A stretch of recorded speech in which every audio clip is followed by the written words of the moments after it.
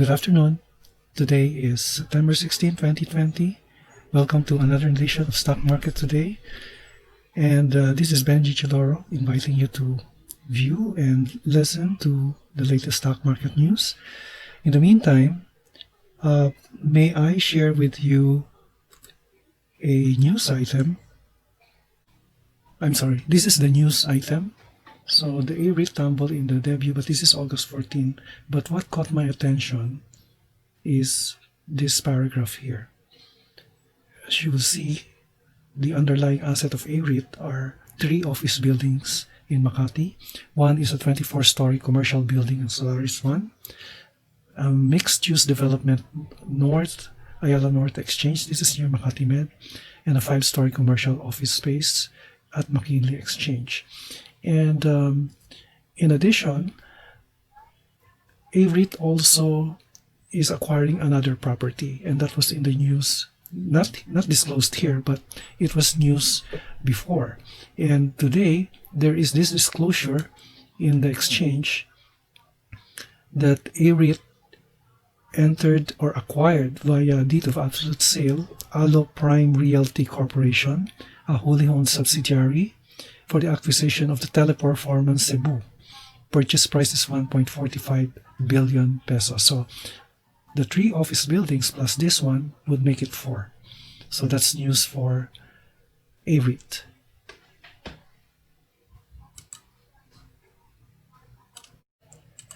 Okay, another news is on the Philippine economy, wherein ADB sees a deeper contraction, that's 7.3% for the Philippine economy.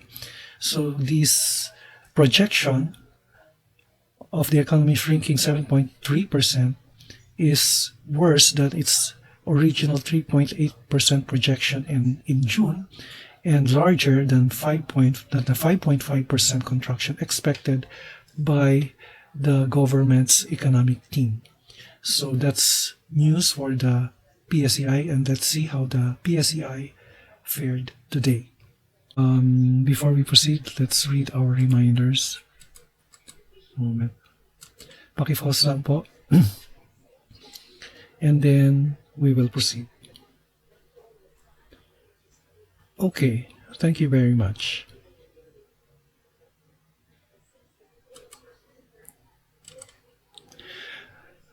The time now is 12:48, and in 12 minutes the market will close.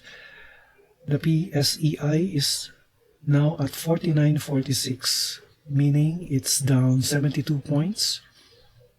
And whatever gains it had the previous day, bumawi siya ngayon. No? Binawi niya. And let's take a look at the most active stocks. Let's take a look at SM. The first is SM. Let's put our indicators here. Just piercing through the hour indicators, meaning it's consolidating. And projected closing price is 910. It's down from 25 points from the previous day. But in order to plot the resistance, the candlestick is still above our indicators. No? And if we will draw a resistance, I see the resistance at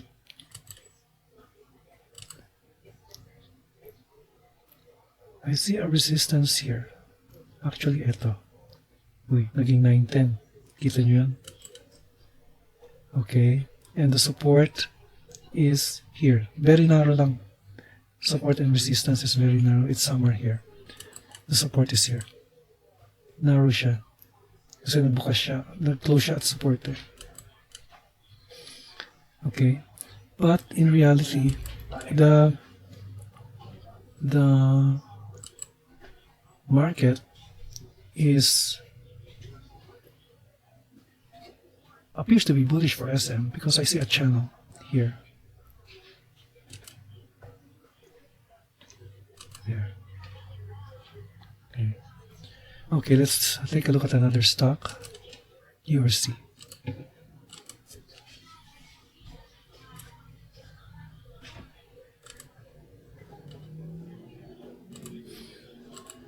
Okay, URC went through and below the MA50 and the RSI is below 50. So, bumagsak si URC from an opening of 140 and from the previous day it's 2.97% lower. So, let's see the support level of URC. It's at support. Actually, it's about to close, and the price is now at support, and it continues to move sideways. And the nearest resistance is here. Here, 137 is the support, and 144 is the resistance. So if you're doing range trading, you can probably enter here. But may I remind you, risk management po natin, kailangan may stop loss po tayo. Okay, our next is Ali. Natin si Ali. So there is a doji here, and for the third straight day, the candlestick is green, but right now, the market opened at 31.55, but closed 10 points lower. So mukhang nagpahinga lang si Ayala, and it is the candlesticks are still above the EMA 20. So mukhang nagpahinga lang dito or nag-profit taking.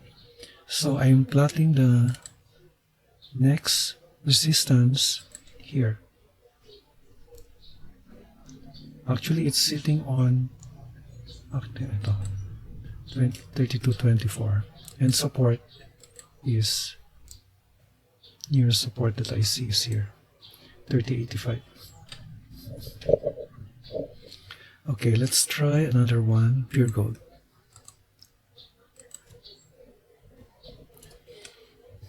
Pure gold, bearish siya. You see the indicator, the EMA 20. It went and crossed over, and now our candlesticks are below the EMA 20. It's now 47.70, 12.58, and the movement of the stock, the prices is lower. That you see the movement of the RSI. There's a bearish indicator, bearish divergence. No? So ito natin yung bearish divergence na RSI.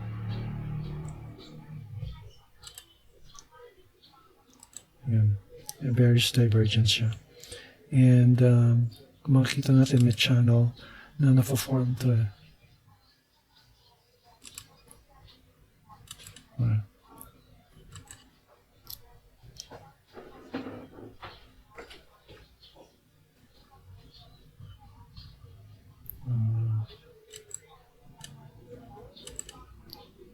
Yan yung channel niya. So, nearest support, actually, nasaan na ba ito?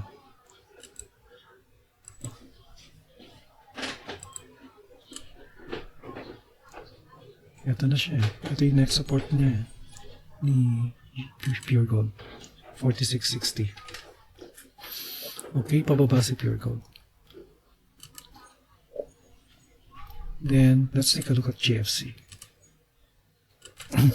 Excuse me. Moving sideways then, CJFC, and the nearest support is, actually nasa support siya. Ito. Resistance is this. Okay, and movement is bearish.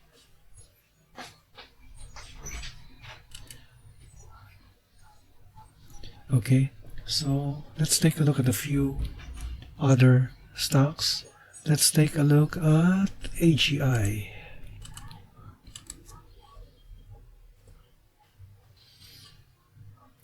AGI still above our EMA 20, EMA 50, and EMA 100, and it ended in the green. So it's moving up. Look at the RSI. may bullish divergence siya pataas. And actually nasa resistance level siya. So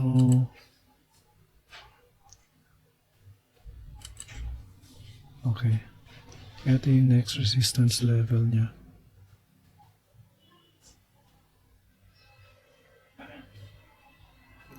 And the support is here. Yan. Okay. Tingnan natin si Tech. Next. Tech, naku. Actually, doji siya, no? Tingnan natin yung stock. Tanggalin natin yung yellow indicator. Tanggalin natin to. It opened at 620. It closed at 620, Sir Tech. So it's a doji. But take a look, no? May volume siya. May volume dito. May volume dito. Signs of accumulation. And the closing price is still above the EMA 20. So ang tingin ko dyan is that there is a possible breakout in the coming days. Ha? Maring tomorrow, maring next week. Hindi ko masabi. Pero volume accumulation is a sign that the stock may be into something. Okay. So the nearest support or nearest resistance that I see is ito, 636, and the nearest support is, let's take the EMA 20 as the support. Yan. Kasi add natin yung third indicator, ayun siya, nasa EMA 50 siya. RSI also is above 50. Let's take a look at another one. Dito.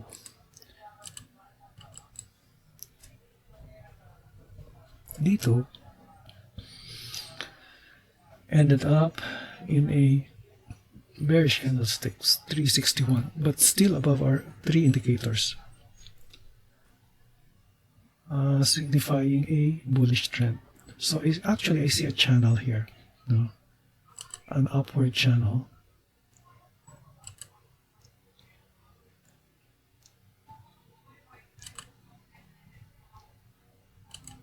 Yun yung channel na nakikita ko.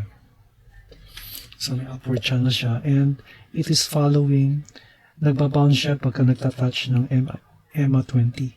No? So the nearest resistance that I see is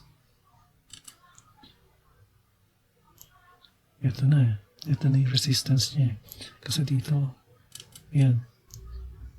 And nearest support is the EMA 20. Yung nakikita ko. Or pwede dito sa 348. 348 yung support niya. Kasi ito resistance na to na nagiging support. Yan. Okay. Okay, next we go to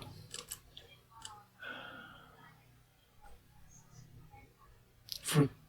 Tingnan natin si fruit.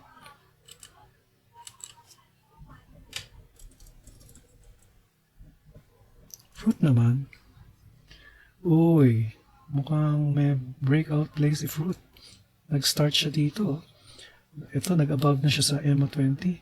Dito, nag-close siya above the 3 indicators, which is a bullish sign. RSI is also bullish.